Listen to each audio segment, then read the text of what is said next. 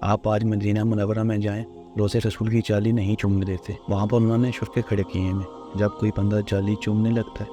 اور اگر آپ پاکستان سے ہیں تو فوراً اردو میں کہیں گے لوہے کی جالی چوم رہے ہو، پڑھے لکھے لگتے ہو، جالی تمہیں کیا دے گی؟ اور کہتے ہیں محمد تو مر گئے، اور پھر وہ خانہ کعبہ کی طرف ہاتھ کر کے کہتے ہیں وہ ہے زندہ، زندہ کو چھوڑ کر مردوں سے کیوں مانگ رہے ہو؟ وہاں پر کے بندوں کا دماغ خراب ہو جاتا ہے۔ لیکن حد ہے ان کی منافقت کہ خود روزے رسول کی جالی نہیں چومنے دیتے اور اپنے سعودی عرب کے بادشاہ کے ہاتھ چومتے ہیں۔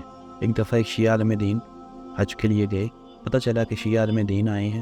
انہوں نے کہا بلاؤ، ذرا ان کی توہین کریں، ان کو ذلیل کریں۔ انہیں بلایا گیا، بلا کر دعوت کا اہتمام کیا گیا۔ جب دعوت کا اہتمام کیا گیا تو سعودی بادشاہ اپنے کمرے سے نکل کر آیا، سارے سرکاری مولویوں نے ان کے ہاتھ چومنا شروع کر دیے۔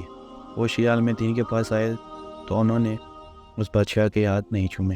انہوں نے اپنی جیب سے چھوٹا قرآن جو وہ سفر کے وقت اپنے پاس رکھتے تھے وہ نکال کر اپنے ہاتھ پر کھول کر رکھ لیا۔ جو ہی انہوں نے کھولا اور اپنے ہاتھوں پر رکھا، سعودی بادشاہ نے جب ان کے ہاتھ پر کھلا وہ قرآن دیکھا، سعودی بادشاہ قرآن کو چومنے کے لیے جھکا، انہوں نے قرآن بند کر دیا۔ سعودی بادشاہ نے قرآن کو باہر سے چوما، جب چوم لیا تو اسی وقت شیعہ عالم نے کہا اتنے بڑے شہنشاہ ہو کر یہ کون سا جائلوں والا کام کیا ہے؟ اس نے کہا کون سا کام کیا ہے؟ انہوں نے کہا یہ تم نے چمڑے کی جلد چوم لی ہے۔ اس نے کہا چمڑا تو نہیں چوما، قرآن پاک کو چوما ہے۔ انہوں نے کہا قرآن تو اندر ہے، باہر تو چمڑا ہے۔ اس نے کہا میں چمڑا نہیں، اندر والا قرآن چوم رہا تھا۔